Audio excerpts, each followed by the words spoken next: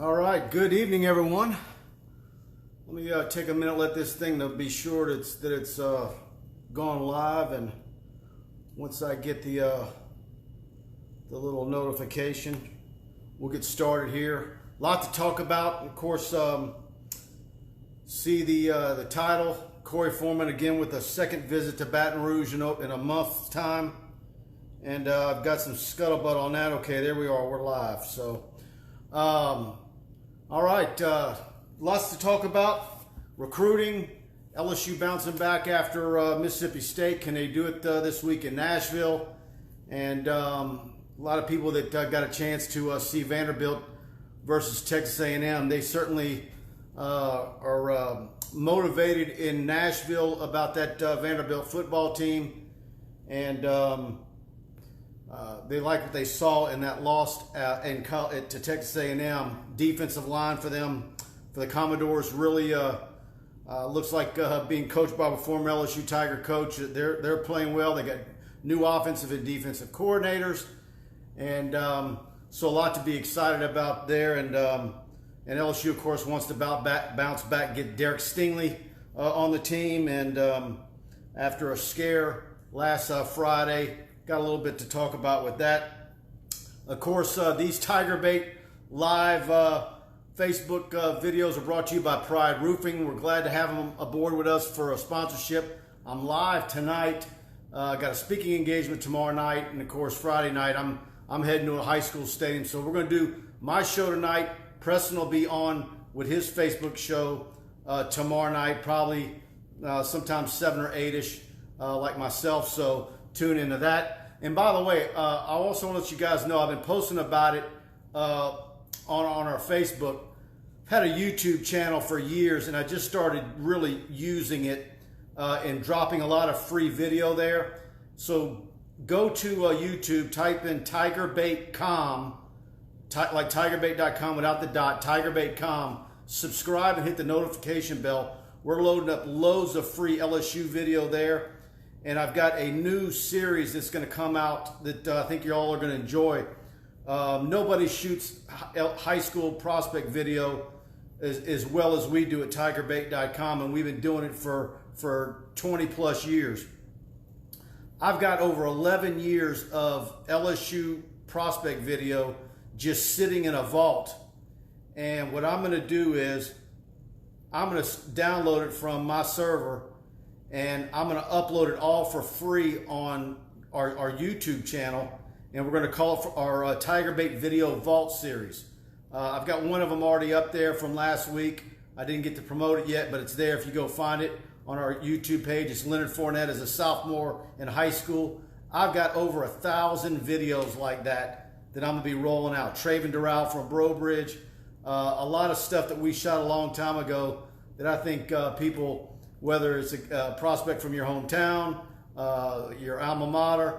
I mean, I've got some old Tyrann Matthew stuff that I think is going to be out of this world. So, and that brings me to a story. A lot of you know I rated Tyrann Matthew the #1 player in the state of Louisiana back when I saw him as a senior in high school. It was so obvious to me. I saw him in Lake Charles against LaGrange on a Saturday afternoon football game after LSU had lost to Georgia.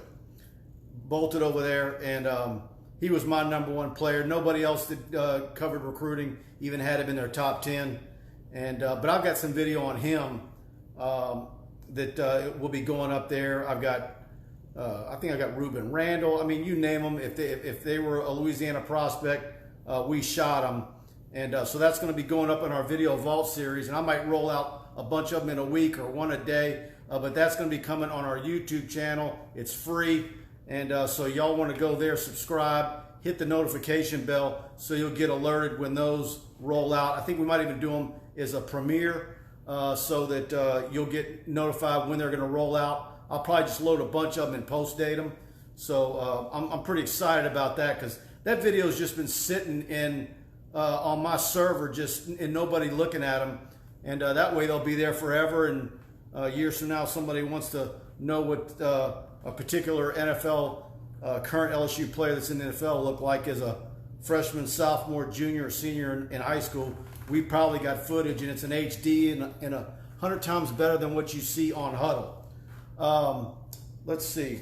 Oh, look, a bunch of you already in the chat. Go Tigers, Chris Vanessa Mesh Domain. Ashley Paxton Duncan, BFF, yes. How you doing? Esteban, there he is, Go Tigers. Coach O will have us ready to come Saturday night. I think so. Look, I think there's one thing that, and I've talked to a bunch of media this week, and just, reading message boards, being a guest on radio shows and talking to a bunch of hardcore LSU fans. I think a lot of LSU fans recognize a lot of the Jims and Joes that are missing on this LSU football team, and that is, and knew going in it was going to be a work in progress. I think Miles Brennan performed better than a lot of people think. I think the running game, I'd like to see the running game be a little bit better than it was on Saturday. The defense obviously was the worst part of Saturday and needs to get better, but there's no denying what a difference Derek Stingley would have made in that game when he basically consumes a quarter to a third of a football field. And likely, there were some balls that were thrown that I just know there was no way. Had Derek Stingley been on a few of those, he might have had an interception. He might have had a 2 or 3 interception day on Saturday if some of those balls were been thrown in his direction. So he's going to make a big difference. And that's another thing about Stingley being missing on Saturday. When he had his medical emergency, it was about almost after 10 o'clock on Friday night. That really discombobulated the whole LSU football team. I'm told a lot of them didn't sleep well, and it showed on Saturday where it looked like LSU's players were gassed. And look, not making excuses. Give Mississippi State and Mike Leach credit. They had a great game plan. And look, Costello was SEC Player of the Week for a reason. But at the same time, I think LSU played a hand in that. And the old adage, get better from week 1 to week 2. I think that happens this week. I think Miles Brennan will play better. But I would like to see the running game be a little bit more salty and probably churn out some hard yards that way. I thought last week that it was going to be a steady dose of Chris Curry. And, of course, him and Tyrion Davis-Price were almost equal in the number of carries. Emory had some nice runs. But I'd like to see the running game get a little bit more uncorked. More from Jeray Jenkins with Terrace Marshall, of course. Eric Gilbert looked fantastic. And so I think this team's going to get better each week. But I think a lot of LSU fans deserve some kudos. Of course, there's the usual idiots out there that are saying things like fire this guy and fire that guy. But if you recognize all the missing pieces and what the NFL draft and the opt-outs did to this LSU football team, it sure would have been nice to have had UT San Antonio to open up with rather than Mississippi State in that offense for sure. Chance Babin, any chance from the safety from Austin Makuba? I'm not hearing anything on him, but I tell you what, I got a load of recruiting information today. And we've got our chat going on. I got about 4 or 5 questions there on tigerbait.com, our Wednesday chat that I've got to answer. And I've got a slew of info as far as offensive linemen to go along with Dellinger. Of course, Tristan Lay, Savion Berta, we talk about each week. Whether there'll be a second quarterback in this class or not.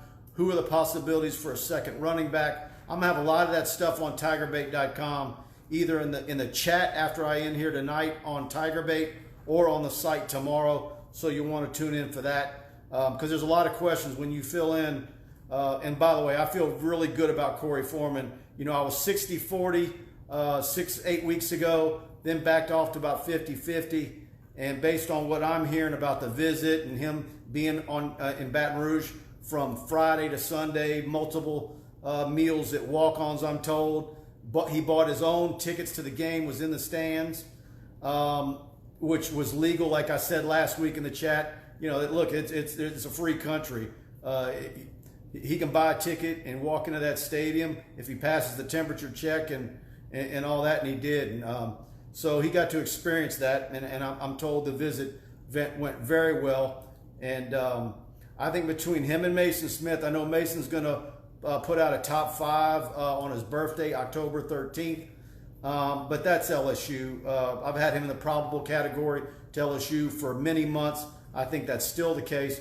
So if you talk about Mason Smith, Brian Thomas from Walker, who I saw last Friday night, the scrimmage at Walker High School, Catholic High at Walker. And boy, that was a hell of a scrimmage. Wasn't a week 1 football game, but those two teams got at it. Catholic High a bit too much for Chad Mahaffey's team at Walker. But Brian Thomas looked fantastic. You can see the weight and the strength on him improving as he's gotten more mature.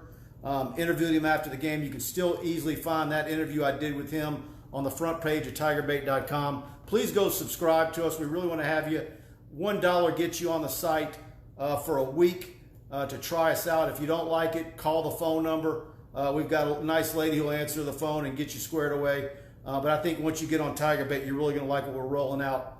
And a bunch of us are going to be out in high school football stadiums shooting video this weekend. So we're going to have more coverage of that. I notice a lot of you guys have really liked us going live in pregame at some of these high school games. So I'm going to do that as well. Want to talk about Pride Roofing. Of course, been our sponsor now on these Facebook Lives. Much appreciated. Of course, Mike Faraday, originally from Baton Rouge, an LSU grad with Pride Roofing. See their sign here. If you've got roofing issues, if you need a new roof or you think you might need one months from now and you just want to know how much it's going to cost you, call that number below, 225-275-2041. And they will give you a free quote. I'm told they can do it over the phone by a Google aerial shot. They've got a system that can give you a quote over the phone. But whatever your needs are, no one's going to top them. They're insured, bonded, have a 5-year labor warranty on their roofs, which is the best in the business, Better Business Bureau. And of course, Mike and his partner Alex Martinez are super guys. And I'll vouch for Mike. Grew up with him in the same neighborhood stretch of Sherwood Forest, graduated with his younger brother, super family, super people, and of course, like I said, an LSU grad, a Broadmoor High School grad, and if you've got know anybody that has a roofing issue, whether it's from near the Mississippi border all the way to the Texas border, anywhere in South Louisiana or South Mississippi, they're there for you, a full crew that can get out to you in a hurry, especially in the Lake Charles area. So Pride Roofing LLC, check them out. We're glad to have them with us. And they're the official roofing company of tigerbait.com. Back to the recruiting class. I talked to a source today and talking about, of course, I think the class of 2021, really you can fill in the spots. I think, you know, whether you go Mason Smith, Sage Ryan, Brian Thomas.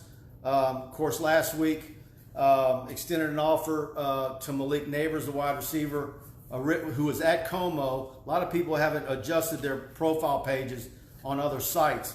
He's now at Southside High School, and he's not currently eligible to play. He transferred from Como to Southside, and he's in an area of Lafayette and in that parish where you're given a waiver, and he chose to use it to go to Southside, and evidently they're fighting it at Como, or there's a monkey wrench in the system, and I don't know if he's got to appeal it or whatever to get eligible, but that's going to be a darn shame if he misses his senior year because of some stuff going on at Como High School. They need to do the right thing and let him go ahead and play. But anyways, LSU offered him last week. He's been committed to Mississippi State since July. I know initially when the offer went out last week, people thought, well, is that as a corner, as a wide receiver? No, it is as a wide receiver, and it has nothing to do with whether LSU thinks Brian Thomas might be leaning to go out of state to A&M or Alabama. I think Brian Thomas will be an LSU Tiger. I just think they think Malik Neighbors can help him, and they might want to take an extra wide receiver. So we've been asking the question now for weeks. If you get to those last few spots, is it a second running back? Is it a fifth wide receiver? Is it a second quarterback, a second running back, a second tight end? It's starting to get real tight. So I think the 21 class, really, you can basically map it all out. And then the last few spots is either Korey Foreman, whether Malik Neighbors were to flip over. Is it another tight end? I think a second quarterback is probably out, but we'll see on Cole Lord. Maybe does he come on in? But I think he's one to watch, Cole Lord, who I've been talking about and writing about for months. Brentwood High School in Los Angeles, not playing this year. Of course, California not playing high school football, which is why Korey Foreman's been able to come in and do what he's been doing. So we're going to have a lot of that on tigerbait.com. Want to get you guys' thoughts and some of your questions. You think LSU bounces back? How big do they roll it up on Vanderbilt and exercise some of these demons? Even Burrow had a rough year. His first one, Joshua Forbes, no doubt. You compare our guy Richie B on our Tiger Den premium message board did a map of, had the stats of Burrow's first game at LSU versus Brennan. Even then put Burrow's Mississippi State game compared, first game against Mississippi State against Miles, and the numbers were almost identical. A lot of what happened on Saturday was the defense, and they'll get that fixed. Would love to see some old videos of Dominic Davis. Yeah, I go back that far with tape, shooting videotape, but none of that was uploaded to my current server. But yeah, I'd love to have some of that old Dominic Davis video as well. You know, I've got an old box that I need to go dig through. But then it's a whole deal of, back then we were using the little mini DV tapes. I'm trying to figure out now that you say that, if I can even figure out a way to get that into the system or play it. I don't have a playback machine for those tapes anymore. Joshua Forbes, people have to have real expectations, new coaches, new players. You know, and again, I'm talking to some guy today and I'm relaying the conversation to y'all.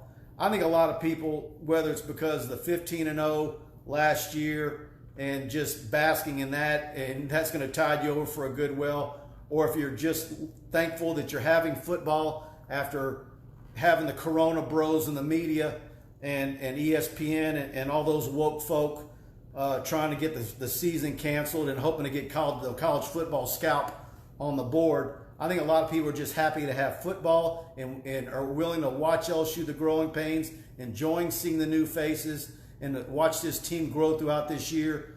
And this really being a mulligan year for a lot of schools. We don't know what's going to happen from one week to the next, whether there's going to be a slew of COVID cases on certain teams and how that's going to work out. I think the main thing for this year is to get through it, try and reach expectations as close as you can, regroup for next year. And I think a main thing too, I keep saying each week, is to get a lot of these guys to use that free year to come back next year. I mean, if you can get Liam Shanahan to come back, Rosenthal, could you convince an Ed Ingram, to come back next year? I mean, the more guys you can convince to come back next year, LSU could really be fantastic. The flip side of it, that is if Miles Brennan doesn't improve from each week, you got Garrett Nussmeier coming at midterm, and what kind of competition might you have at the quarterback spot next spring? So there's a whole lot of variables that are going to play out this season and going into the spring. But I still think, look, I was 8-2. Maybe, can they get? Am I more maybe in the 7-3 range now? I think this team is going to get better, and maybe we're going to look back on this and say, yeah, Mississippi State caught the right LSU situation at the right time, and this team is as good as we all think they can be. So, but either way, I think Joshua is right. I think a lot of people that understand football and know what all the new faces are know what LSU's working with. Yeah, Jamie Brady, need to run the ball wide sometimes with Amory. Yeah, I didn't understand running out wide with Curry. Curry's a north-south guy. That was one of the knocks on him coming out of high school, was his 40. I just don't see him a guy that you want to be getting a run sideways and trying to get him to the current corner. Where he was most devastating at the end of last year was running the football north-south. Let's see. Daniel, the only thing I was upset was Pelini Stadium. Man, yes, that was a lot of discussion in postgame. We talked about it on our postgame show as well. I agree.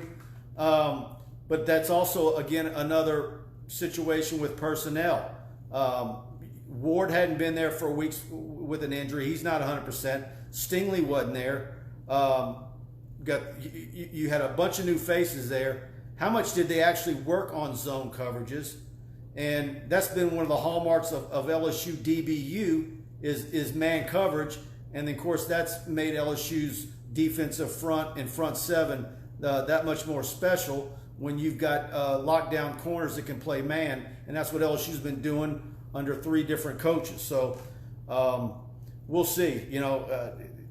Can they get the zone in, and are they going to need it now that Stingley's back and some other options? We'll see. But yeah, if they were well versed in zone and you had a bunch of guys healthy, I think it might have made sense. But I think there's a reason why Pelini didn't switch to it. But like Orgeron said on Monday, Bo Pelini, and I asked him a question about it, and he said, Pelini was one of the, came right up to him after the game and said, look, I need to coach better, and look, and that's a hallmark of him being a former head football coach, and it's the same kind of things that Ed Orgeron says. It's on me. Bo Pelini says it was on him. So they know what they need to do. They'll get it fixed, and I think LSU fans just will be patient the rest of the way.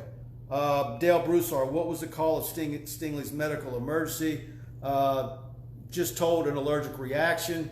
There's been I've had crazy stuff. I mean, I got a crazy text during the game as to what someone was hearing that it was. I mean, some of the stuff out there was absolutely outlandish. An allergic reaction, and I don't know if it was a peanut allergy or all of a sudden he's got discovered an allergic reaction to shellfish, but it's probably something in that realm based on the little bit I do know. Chris Morecraft, Sting alone isn't going to carry the defense. You're right. What kind of change do you think we will see on Saturday? Look, we'll see. I think they are going to play a lot better. I don't think what we see this Saturday with Stingley back is going to resemble a whole lot like what we saw last Saturday. That's just me. But look, Vanderbilt's an improved football team. Derek Mason's got new coordinators. They're real excited about the way they performed against Texas A&M. Got multiple turnovers in that game. I think 3 fumble recoveries. They're running a 4-wide offense, and what are they allowing? They all of a sudden are going to allow some fans in the stands. So we'll see how that plays out on Saturday. But I do think the defense is going to be remarkably better, and I don't see Vanderbilt piling up 500 plus yards of offense. Yeah, it's not about Stingley being a one-man guy, but it's what he does to free up everybody else and what you're able to do at the other spots. You can then cheat over the top on the other side because he's able to lock down a whole side by himself. Brian Lazar, our Tiger Bait senior rider, in pregame came up. He goes, you know what? I think this game is going to be much like 2004 opener against Oregon State. And, of course, LSU ended up pulling that one out and winning that one. But he thought he was darn close as to what that one looked like. Oregon State, if you remember that one, after LSU had come off the national championship, although it wasn't as many yards as Costello and Mike Leach put up, but kind of a similar scenario coming off of a national championship. Lamar Stevens, Mississippi State is very unconventional offensively. They ran for like 9 yards. It was all passes. Most teams don't operate that way. Very true. And that's going to be another thing that's an interesting part of this season. Now that other schools get to see what they did against LSU, how everybody else defends them the rest of the way. And I'm looking forward to seeing that. But certainly they're very excited in Starkville. Everybody likes Mike Leach, and he's a true character. I think he's good for the SEC. But now I'm going to be anxious to see how they get defended the rest of the way. Yeah, Esteban, he literally locks down a third of the field by himself. Absolutely true. Allie Gay, Eric Wright, glad you brought him up. Probably will have 2 to 3 sacks that night against Vandy. Last year during recruiting, about this time of the year, when LSU was, of course, winning each week, maybe a little bit further along. Had over 20 commitments to start in September, had a lot of recruits on the board interested in LSU, and a lot of LSU fans that cover recruiting were saying, what's LSU going to do? How are they going to make room? Look at these guys that are interested. Will they maybe cut this guy? Well, Ali Gay was one of those guys that a lot of LSU recruiting buffs were saying, he's raw. Look at his tape. I don't know. Why don't they cut him because it make room? Well, now you see why Christian LaCouture and Bill Bush. I'm told Bill Bush is the one who found him. And boy, they really did their homework on him. I think he's going to be special. I don't think he has any clue as to how good he can be. And super kid, when I interviewed him and had a lot of DMs with him all throughout the recruiting process, just a really super kid and story as to how he's made his way to LSU. I think he's going to be phenomenal. And they need to start working the refs because Mississippi State certainly got away with a lot of holds on him. And I think he's going to be hard for a lot of right tackles to deal with on the other side of the football in the coming weeks. So he was a bright spot. Jabril Cox was a bright spot. Dre Jenkins was a bright spot. I think Miles Brennan looked better as the game went on. Of course, Von Rosenberg was, Player of the Week, Ray Guy Award Player of the Week. So there were, you don't like your punter to be a bright spot in a loss, but I think there's some things there that we're going to like seeing the rest of the way that they're going to improve upon. I do want to see a running back emerge. It's going to be that bell cow running back. Maybe somebody that goes over 100 yards. I would like to see that. It's Tyrion Davis-Price. Tyrion and Chris Curry had similar reps on Saturday. Or is John Emery going to be that dominant back that we've been waiting for him to be? Yeah, Jamie Brady, no way they practice any zone. I mean, look, you didn't have spring football. A lot of this, I believe, there's just so many factors as to why things look the way they did on Saturday. COVID, opt-outs, Jims and Joes, for sure. Let me see what else I got for you guys. Lamar Stevens wanted to see Torrey Carter in the red zone. Looked at the depth chart last week at tight end. Of course, you had Gilbert, Torrey Carter, and I was wanting to see Cole Taylor. Are we going to get to see Cole Taylor, the freshman from Colorado, get in a game and play some? I'd like to see him. I think a lot of people are sleeping on him. I think he's going to be very, very good. Let's see. How surprised were you by Ali Gay? I guess I was surprised. I thought he would be good. Of course, a lot of us, when the depth chart came out early last week and saw him as a starter, and then Orgeron said, well, him and Andre Anthony will split time. And then for him to come out and look the way he did and play, I loved it. I focused on him a good part of the football game, and I was tweeting about him real early on. Samuel Hostin, Glenn Logan, no doubt. And, of course, he will miss this Saturday as well. That's another one. All this stuff adds up. And not having Shelvin, Neil Farrell's working his way back, didn't look as bad as a lot of people thought. I think he's going to get better in a hurry. And not having Logan, you won't have him this week. And, of course, you have a pretty good idea as to why he's missing 2 games. I don't need to say it here or talk about it. All right, guys. I tell you what. Let me see if there's anything I was missing. Check out our YouTube channel. I want to talk a little bit more about that Walker Catholic game. Talked about Brian Thomas, and this kid Shelton Sampson Jr., the sophomore. Of course, we were there at the Curdon Combine, and I almost did not go to that combine that Gabe Fertitta and his staff put on when I found out that I got there and they told me Emery wasn't going to be there. He had a fever and they thought he was worried he might have COVID, didn't want to infect his teammates, so he didn't participate. And he was the guy I was going to see. And boy, it was a good thing I went. And I know one of my competitors was there, and I said, Emery's not. He goes, I wouldn't have come. Well, boy, it was a good thing I went, because I was there when he ran a 4.3 5.40, and then that evening Mississippi State, Virginia, and others started with the LSU offers.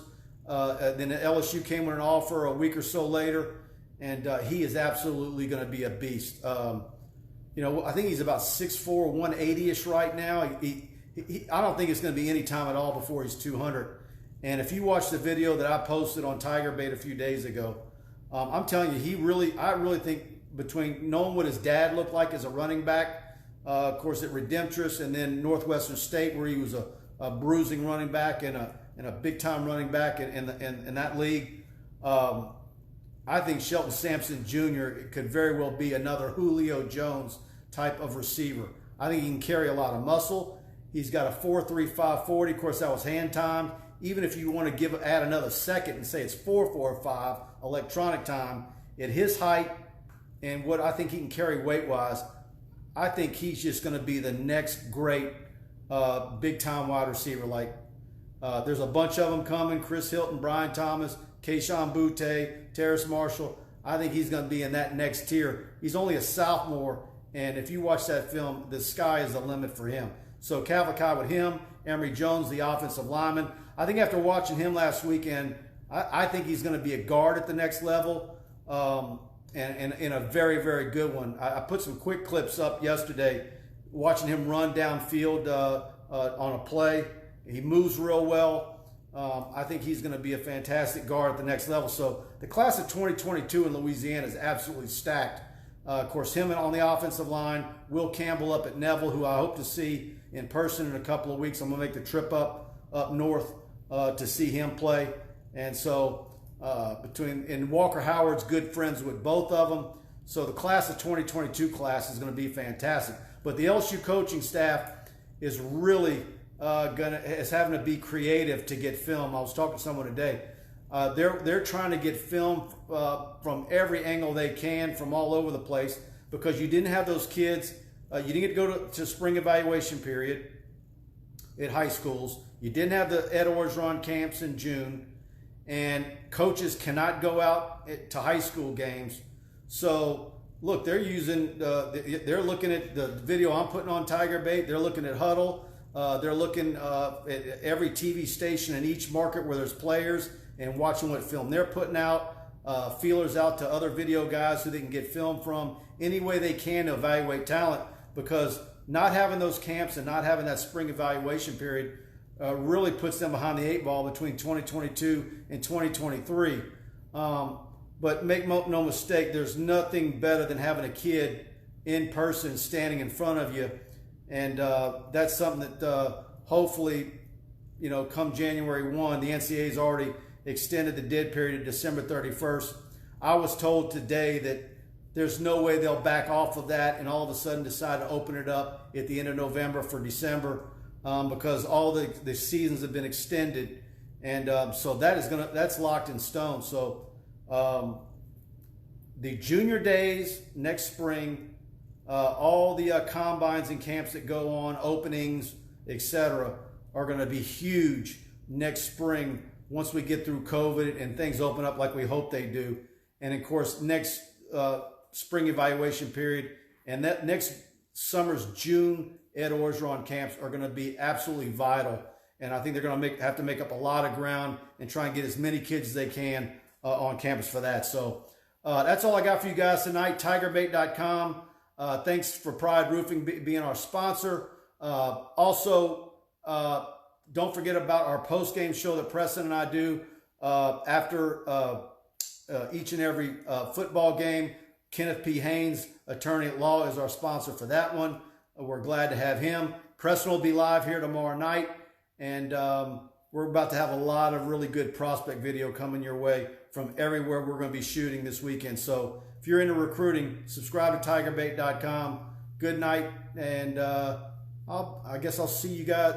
I'll probably go live from a sideline Friday night, and you'll like what I'll have there. And we'll see you Saturday. Good night.